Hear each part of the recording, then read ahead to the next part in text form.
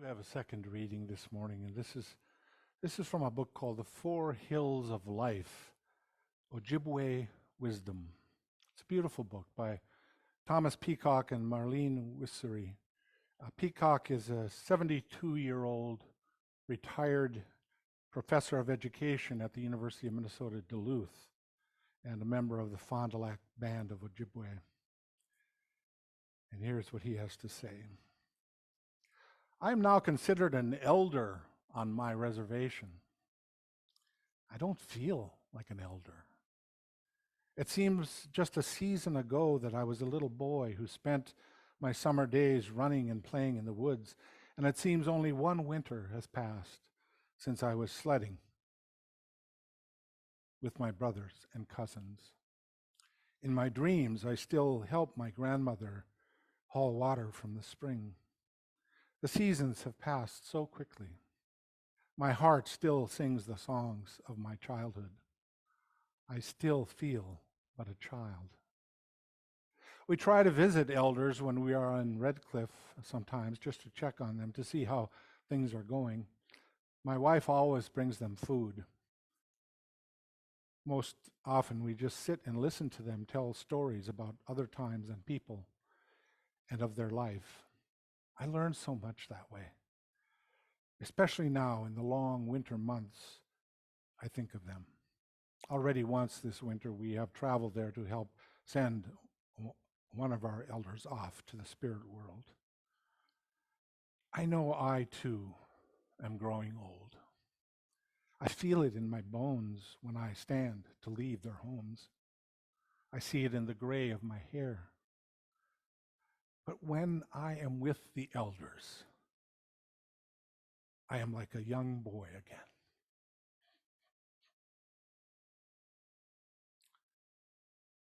That is how special they make me feel. When I am with the elders, I am like a young child again. Such a beautiful way of expressing the power that is inherent in wise elderhood. The power to connect across all generations, to see the whole journey and to activate by their mere presence the energy of childhood, the passion of youth, the struggles and accomplishments and joys and disappointments of adulthood. The whole story is held by them. The whole journey has come into view. As we sang this morning, from the freshness of each infant giving hope to what is new, to the wisdom of the aged, deepened by a longer view. To sit in the presence of elder energy helps us to be in touch with our own journey, our own life, wherever we may be on that journey. In the Ojibwe worldview, life is often depicted as a journey that involves the climbing of a series of 4 hills, which represents the time of childhood, youth, adulthood, and elderhood. Basil Johnston, a traditional Anishinaabe storyteller, describes this understanding in the form of a vision. I was standing on a high hill overlooking a deep, wide, and enchanting valley. It was quite unlike any valley I had ever seen, and I gazed upon it, captivated. After a long time, I turned my gaze from the valley to the other side, and across the vast expanse, I saw 4 great hills.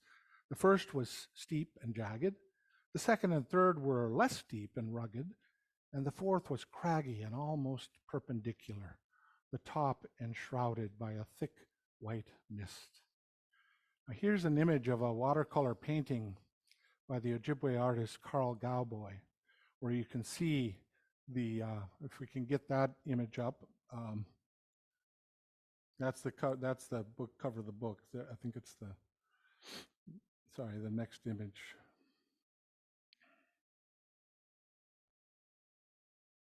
There you go, thank you.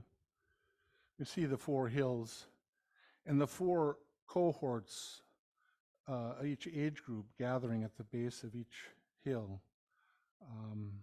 The one for childhood, youth, adulthood, and elderhood, each one with a particular hill to climb. You see the hill, the fourth and final hill, is shrouded in mist at the top. Um, so this image is traditional, or this symbolism is traditional in Ojibwe culture. But there's something universal about the idea of human life as a journey through a series of stages. The Hindu tradition, for example, sees all of life as passing through four ashramas: that of the student, the householder, the hermit who retired from um, public life, and finally the wandering recluse, the sannyasin, who has abandoned everything in preparation for moksha, the final ultimate release and liberation. In his Analects, the ancient Chinese sage Confucius summarized his life journey in a way that is perhaps overly schematic, but which nevertheless conveys a strong sense of spiritual pilgrimage and maturation. At 15, he says, I set my heart upon learning. At 30, I established myself in accordance with ritual. That's the householder stage. At 40, I no longer had perplexities. At 50, I knew the mandate of heaven. At 60, I was at ease with whatever I heard. At 70, I could follow my heart's desire without transgressing the boundaries of right. So again, in a way, it's a progression toward wisdom through aging. You can take shift to the next slide now. The 19th century American painter Thomas Cole is considered the founder of the Hudson School of Painting. He created a series of canvases completed in 1842 that depict the journey of life as a voyage down a nameless river. And these pictures are now on display at the National Gallery of Art in Washington, D.C. In this first image, we see, well, what do you see? You tell me, what do you see? What stands out for you in this image?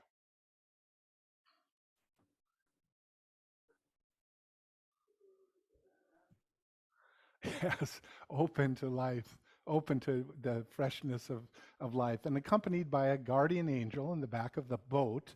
In the front of the boat, you can't see it really clearly here, but there's a figurehead holding a hourglass, symbolizing time. And of course, the river is quiet and placid, sheltered, protected, symbolizing childhood. The background is bright and verdant. Sun is rising. Thank you. Yeah.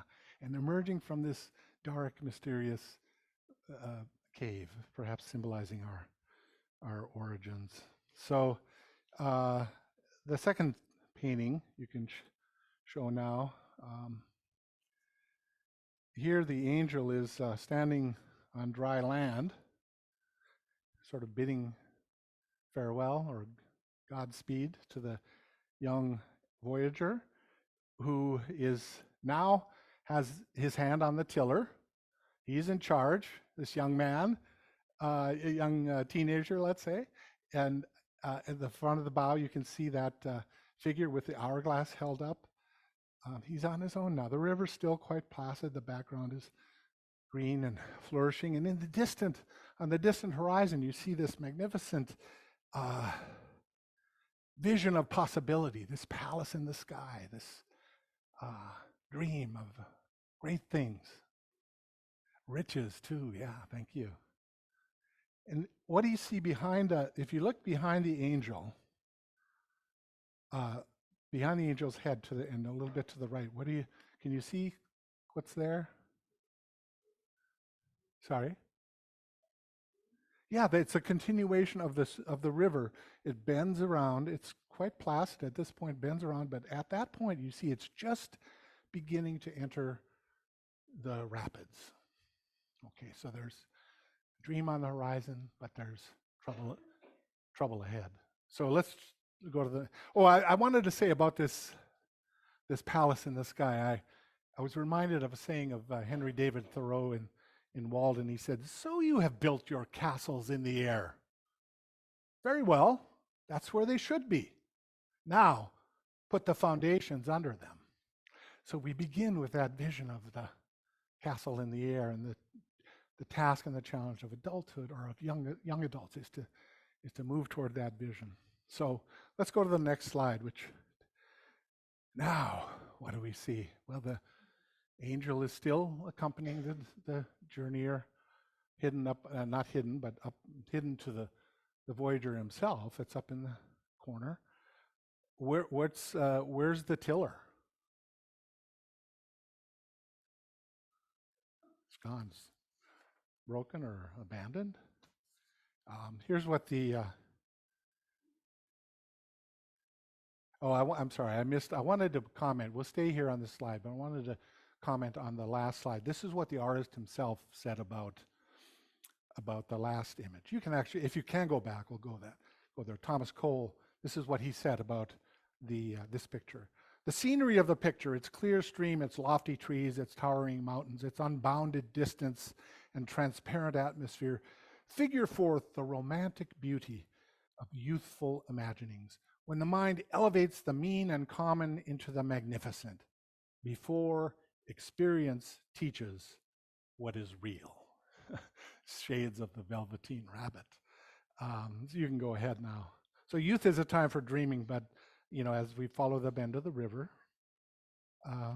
we run into whitewater. And again, the artist commenting on his own painting says, the gloomy eclipse-like tone, the conflicting elements here, the trees riven by tempest, are the allegory. And the ocean, dimly seen, you can see it in the background near the sunset. The ocean is dimly seen. It figures the end of life to which the Voyager is now approaching.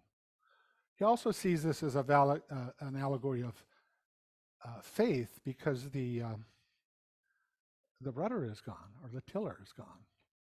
And so the Voyager is trusting. You can see his hands are clasped in prayer here.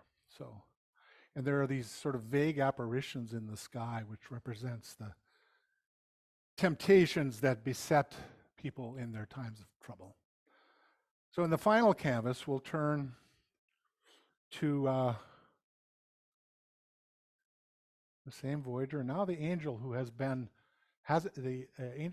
present but unseen this whole time, and now the angel appears face to face with the Voyager, who is, you can see, old and bearded and bald. The hourglass figure has gone from the front of the boat. What might that symbolize? The hourglass is no longer there. Time's up, or time is irrelevant. Time doesn't mean what it meant at this stage of the journey. Also, there's no landscape. There's just the ocean, the dark ocean, the sea. Sorry. Yes, and then this angel is pointing, indicating to the let's just call it the glory that is in store for this Voyager. And it's granted, this is a Christian romantic vision of Thomas Cole, 1840. Unfortunately, he didn't live to see this stage of life. He died at the age of 47, a few years after this painting was completed. But his vision was enormously popular at that time. And it may seem a bit sentimental to us now, but my point is simply that it also illustrates this universal intuition that life should be understood as some kind of journey.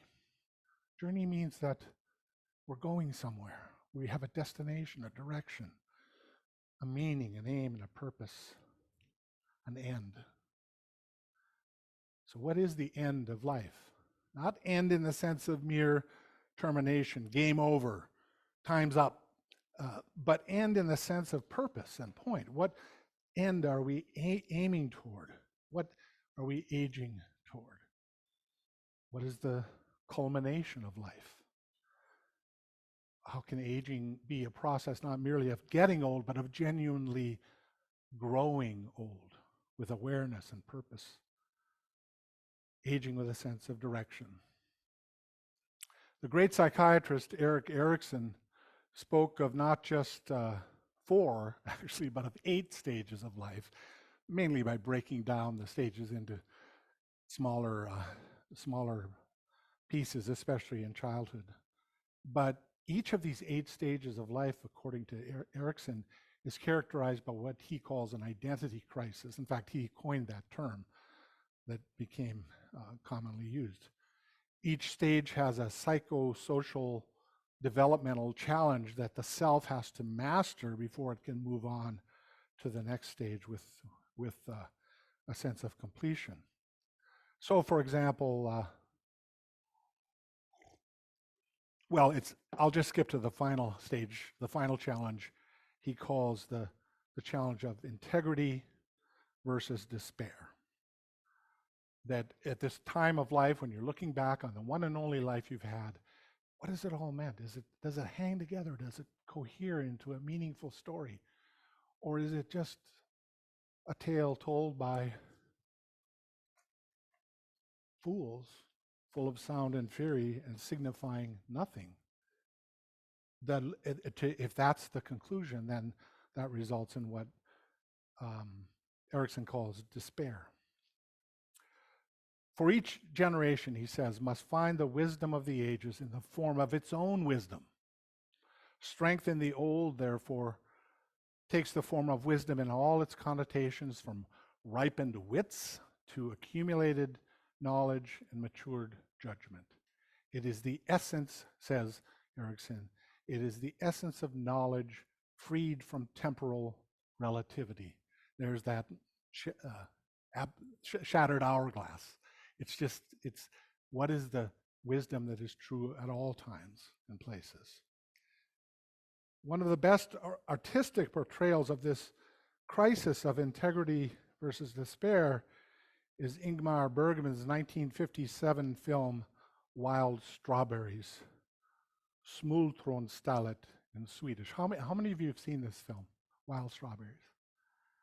Wonderful. I love Bergman. I'm strange maybe, but I love Bergman. And in this film, a retired professor of medicine named Isak Borg, played by the 78-year-old Victor Sjöström, is about to receive an award from his alma mater at Lund University. Now, to call Isak Borg a curmudgeon would be a generous understatement. He's a grumpy old man, for sure.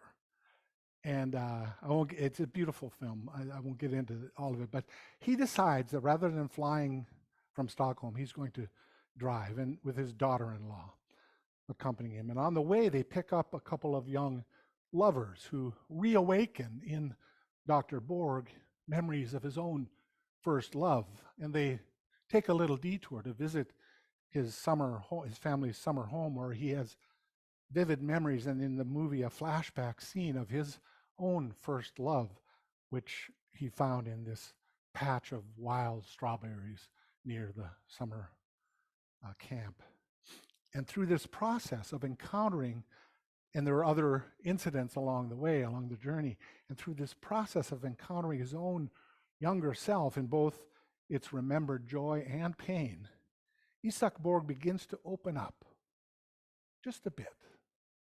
The movie began with him waking up from a disturbing nightmare, and it ends with him easing his head down on the pillow at the end of a long and eventful day, with just the hint of a whisper, of a suggestion, of a smile on his stern Swedish face. Borg's story shows the importance of coming to terms with one's own life story and achieving that,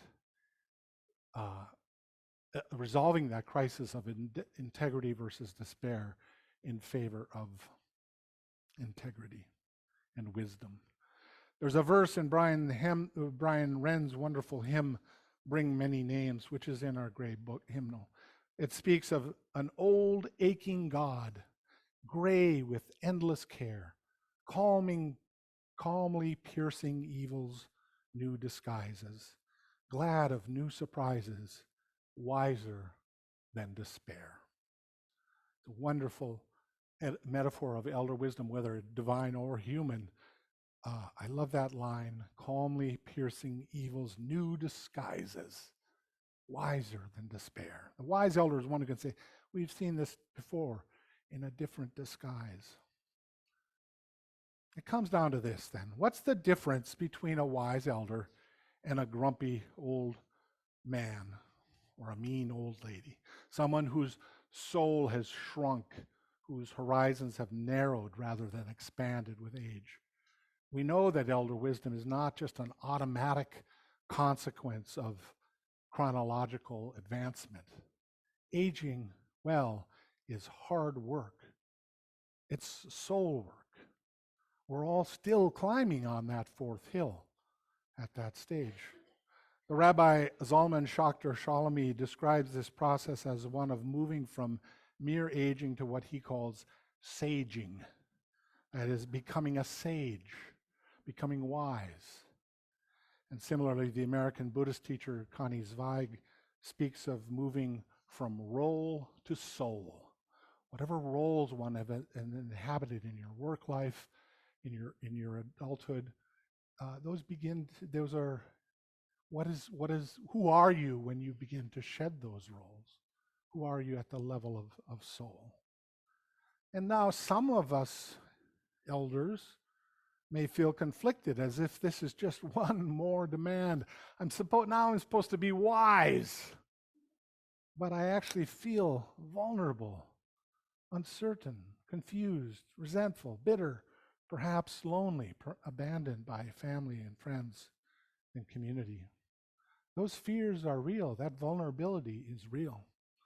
After I had already decided to share the story of the mountain of abandoned old people, I came across an article in the New York Times a few weeks ago that focused on Yusuke Narita, an assistant professor of economics at Yale, who has taken on the question of how to deal with the burdens of Japan's rapidly aging society, demographically tilted.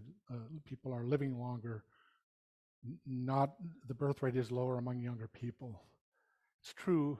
It's true here as well, but it's quite extremely advanced, that disproportion in Japan.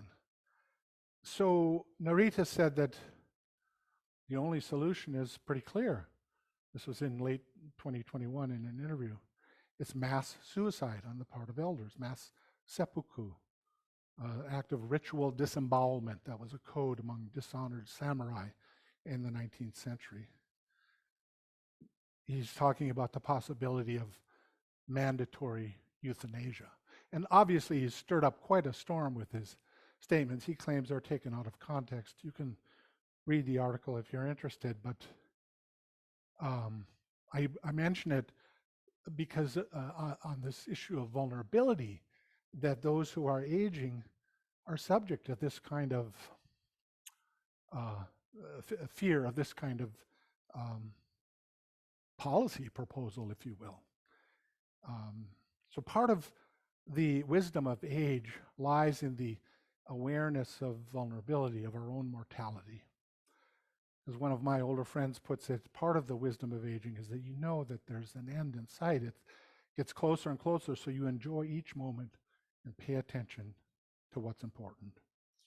We have so much to learn from one another. Where have our elders broken off the branches? This is not to say that each new generation can't or shouldn't strike out on new paths. I'm not saying that. It's not an either or. But we should listen to the stories that have shaped us and the stories that have shaped our elders. Many people, in my experience, talking with bereaved families, for example, many people regret not having asked their elders to share their stories. Younger people need to ask for those stories. And maybe older people need to think about telling their stories, whether they're asked for or not. There's great power in elders coming together, claiming the events of their lives, and leaving tracks behind, if you will, breaking off the branches in the form of a life review of memoirs. I know several of you in this fellowship have written lovely, beautiful, powerful life stories, spiritual autobiographies.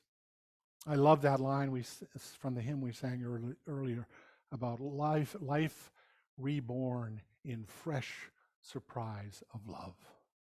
It celebrates not childishness, but a recovery of a childlike innocence. When someone remarked on the fresh vitality and energy of his later work, Picasso famously said, "It takes a long time to become young." And part of the paradox of elder wisdom is this coming together of the beginning and the end.